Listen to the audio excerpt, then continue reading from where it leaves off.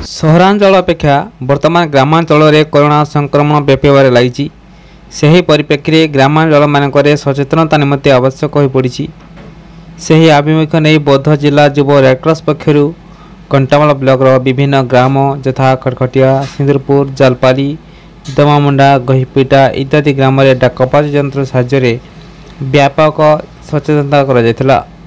युव Red Cross संपादक अध्यापक प्रवीण कुमार दास नेतृत्व में एक 4 जणिया स्वच्छासेवी दल आसी खटखटिया और सिंदूरपुर ग्राम में 75 जन कोरोना संक्रमित व्यक्ति को रेडक्रॉस तरफ सानिटाइज किट सह मास्क बंटन करथिले।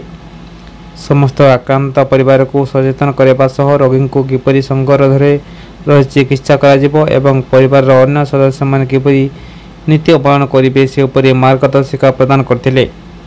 कंटामाल वीडियो श्रीमती वंदना खटुआ प्रत्यक्ष सहयोग में खटखटिया पंचायतर पीओ वार्ड मेंबर यह कार्यक्रम में सहायता करथिले।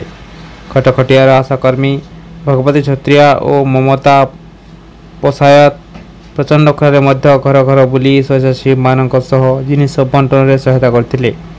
युव रेडक्रॉसर स्वच्छासेवी आदित्य मेहर, सुशील बारिक, सोनू कुमार प्रधान और मदन नायक प्रभृति यह कार्यक्रम में सक्रिय अंशग्रहण करथिले।